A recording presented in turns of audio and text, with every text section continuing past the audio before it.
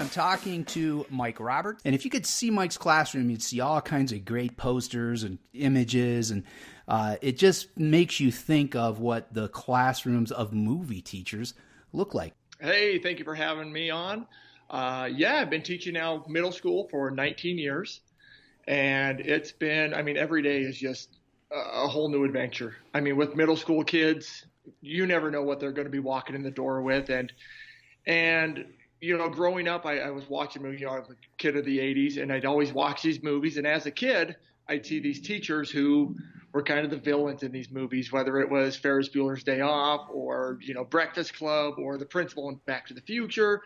And I really connected with that. As a kid, I was like, that's how my teachers are. But then as I started getting older, I started, and looking into education, I started thinking, well, wait a second here. Maybe there's a different way to do this.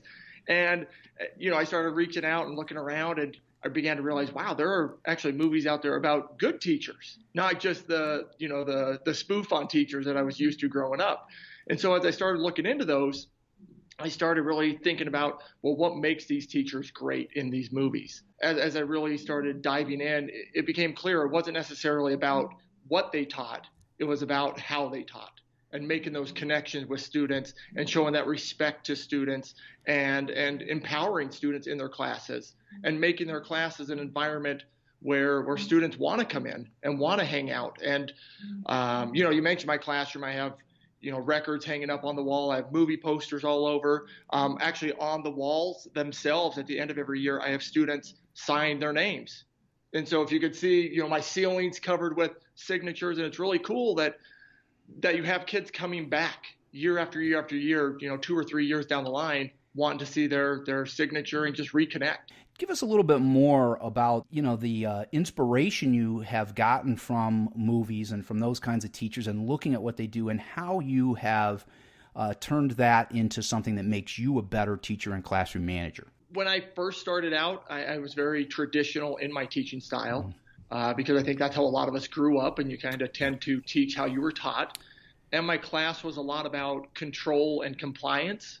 I was afraid to give up any control, because as soon as I gave up control, who knew where they were going to take it? And that's super scary as a new teacher. Same. Yeah, and I was afraid my principal was going to walk in and do an observation, and oh my God, my kids are going to be talking, and I'm going to look like a terrible teacher. But as, through these movies and through experience, I've gone from control and compliance to an empowerment and community vibe. And I think the more you can connect with students and really make that relationship with them and look at them as people, they start looking at you as a person, rather than I'm the student, you're the teacher. It's no, we're two people here trying to make it through the day. The more that I am willing to connect with them, the more willing they are to connect with me. It's a laid back environment with very high expectations, though. But when things get rough, I'm going to turn to my class and say, look, I need you guys to step up. Yeah. And they do, because of that relationship you've built with them. And you do that a variety of ways. I used to think, if I could just find that one way to be an effective classroom manager, it'd be great. Right. And it's not about one thing you do. It's about 100 little things that you do outside of your classroom, more than that one thing within the classroom. You actually write in the introduction of your book, Hacking Classroom Management, something about that, how, this isn't one of those, you're gonna go to this one hack and then you're going to be able to suddenly turn around your classroom. When you talk about movie teachers, you say when you look in that classroom of whatever movie it is, it's a vibrant, engaging, creative, innovative place. So talk a little bit more about that and creating that environment. And maybe you could give an example of one of those movies you mentioned in the book, and how that teacher is, and how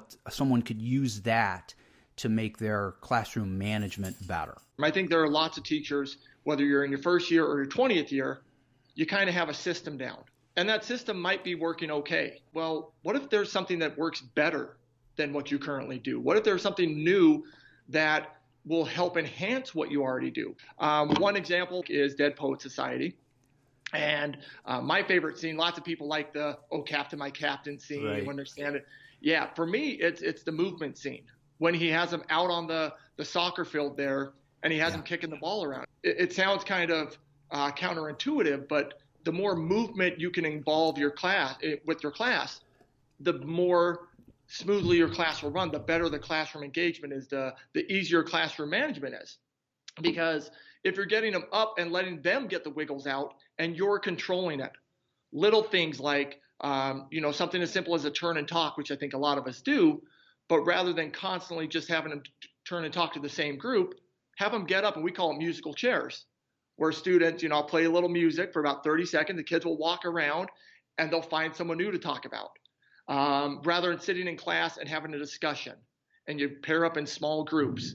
That's great, and they're collaborating, and I'm a big fan of that. But we do something called a walk and talk, where we will go outside of my school and we'll walk around the neighborhood for 45 minutes, and you're letting them get the movement involved there, and the discussion just seems to flow better. A lot of times I think behavioral issues happen because students haven't had the chance to move and they're getting bored in class. And if you're getting them up and again, the controlled movement is the key part. You're saying you have 30 seconds to find a new partner. Let's go outside, and every 2 minutes we're changing up the question. So you're still controlling everything, but they're much more engaged, they're much more involved. And I've never had a behavioral issue go on in class when my students are actively engaged in the assignment. It just doesn't happen. Like you mentioned, it's not about here's a fire extinguisher to put out all those fires that are already happening in your classroom. It's more about fire prevention, things you can do to stop the fire.